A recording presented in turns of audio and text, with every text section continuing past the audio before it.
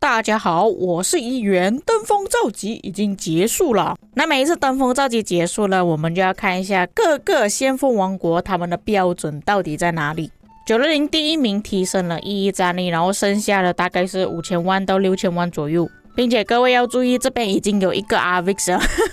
我们每次做登峰造极的记录，另外一个原因也是为了要记录 Arvix 到底有多少个账号拿到登峰造极皮肤。不过在960这边讲一个比较有趣的事情啊，其实960的登峰造极呢，有一段时间是有一个玩家在抢排名的，刚好这个玩家也是韩国玩家来的。不过之前我有跟你们讲过，960的登峰造极呢，只要他们安排好排名之后呢，是肯定可以拿到那个位置。所以当我看到他的名字在上面的时候，我就心想，哎，这个家伙又要浪费自己的加速了。那他的战力是已经提升到1亿战力了，但是他这个击杀数据加上他的战力呢，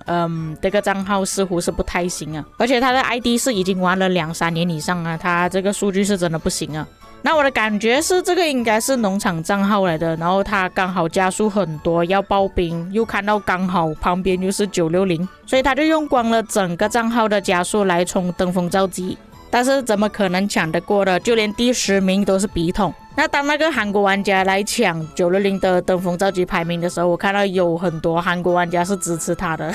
甚至韩国的论坛呢是有开好几个贴文是支持他的。会说这件事情有趣，是因为上次骑兵生命之皮肤的时候，在1034刚好也是有出现一个程咬金。有一个玩家改名字叫 GT 不败，然后去抢了1034的排名，但是我可以跟你们讲，这个玩家呢其实并不是1960的玩家来的，那可能对方是看到960有抢过1034的排名，所以他们现在就报复回去了，但是报复不成功。1034的玩家没有办法把自己战力提升的太高，所以没有办法超越他。1365的门槛也是差不多5000万左右，但是并不是全部都是365的玩家拿下。第一、第二名就有2个升到1亿战力，第一名的玩家变成2.6亿战力，然后我就搜索到第一名的玩家呢，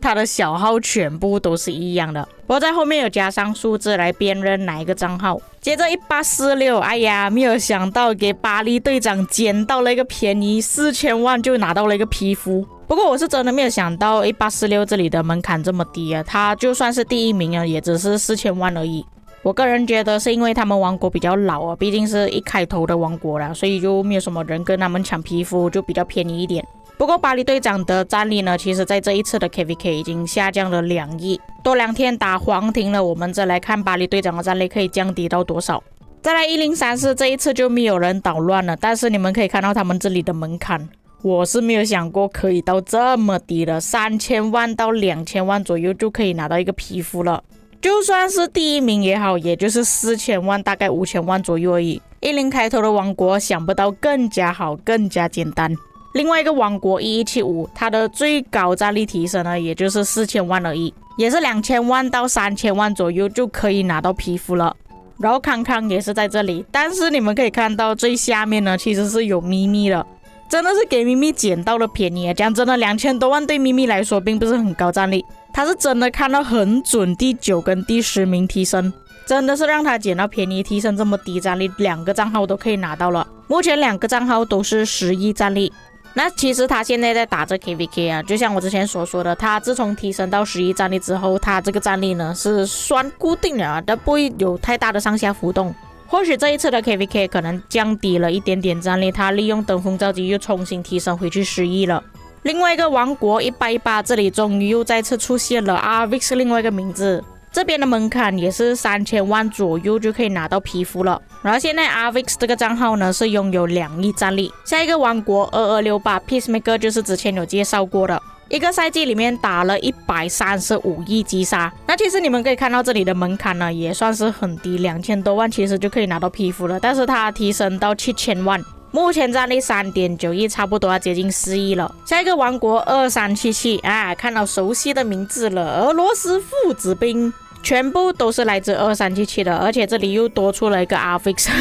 那现在俄罗斯父子的战力呢，2个分别都是10亿。下一个王国2605也是3000多万左右就可以拿到皮肤，不过这一次没有看到犹大的名字，难道他不喜欢步兵的皮肤？接着248，但是这里并不是霸榜，然后这里大多数的名字呢都是 Arvix 的账号，这里大概4000万、5000万左右就可以拿到皮肤，第一名就是爸爸。总共加起来 Arvix 的账号到底用了多少年的加速？总共是用了66年的加速。但是有一个账号我一直找不到，我不确定他是不是改名叫 Lam 了。原本有一个账号叫 Nut， 我不确定有没有念对名字啦。不过我搜索名字是搜索不到，这个各位可以给我确认一下他是不是改名字了。而且比较起上次，这一次 Arvix 的开销有稍微少一点点啊，不过战力提升跟之前是没有什么太大区别，都是4000万左右。唯一不同就是在960那边要抢皮肤的话需要开销比较大一点，还有因为这一次少了一个账号的关系啊，所以他这里用的加速就稍微少一点点。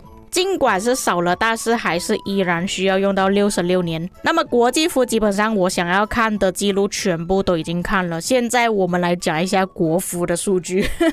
因为我每一次发布这个影片呢，都会有一些国服的玩家在评论区讲，哎呀，你们国际服算什么啊，你们的战力这么提升这么低。在国服有哪一些王国是比较强的，这个我就不能确定，我唯一知道就是16跟41而已。16服的战力提升呢，你们可以明显看到跟国际服就已经有差别了，他们这里最低门槛都要5000万左右，最高战力提升 1.6 亿就是八荒统一。八荒统一在国服是很出名的，我在抖音那边有看到一些剪片啊，就是八荒统一去批评哪一些王国哪一些玩家，不过他也不是批评而已啊，他是真的有能力的玩家，有能力氪金，有能力打架，就是你想要怼他也怼不回他的那一种。严格来说，其实他战力提升到1亿左右就已经够了，不过他提升到 1.6 亿应该也是担心啊有人要抢我的排名之类的，所以干脆提升到 1.6 亿就不用去烦恼这么多了。看到他们的排行榜，有些观众可能会觉得，哎呀，他们也只是高一点点而已，跟960没有什么差别啊，也是比960高一点点罢了。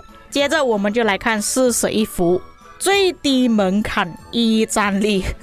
你们没有提升到1亿战力，你们就不用妄想可以在他的周围抢到皮肤了。因为之前我听说过一件事情啊，是谁区有人是专门去抢他们的排名的，所以他们这边排名都要提升，都要特别高。这里有几个名字都是我之前有介绍过的比较熟悉的名字，像 Kingxi 啊、谢谢的随风，还有小流氓之前我有提过的，第10名28小谢谢也是之前提过的。所以确实国服那边要抢皮肤是真的比较难一点，门槛会比较高，所以国服的玩家嫌弃国际服的登峰造极是有理由的。这里再顺便分享一下是谁区他们拍的照片啊，因为他们全部都拿到皮肤是在12点，国服的时间跟国际服不一样，我们国际服要等到8点，他们就安排好了一个阵型，全部人在一起拍照，这个画面是真的帅。不过这一次的登峰造极感觉没有上一次这么激烈，上一次骑兵的皮肤反而比较抢手一点。以上就是各个王国登峰造极的排行榜分享，至于各位有什么看法，可以在评论区给我知道。我们下个影片再见。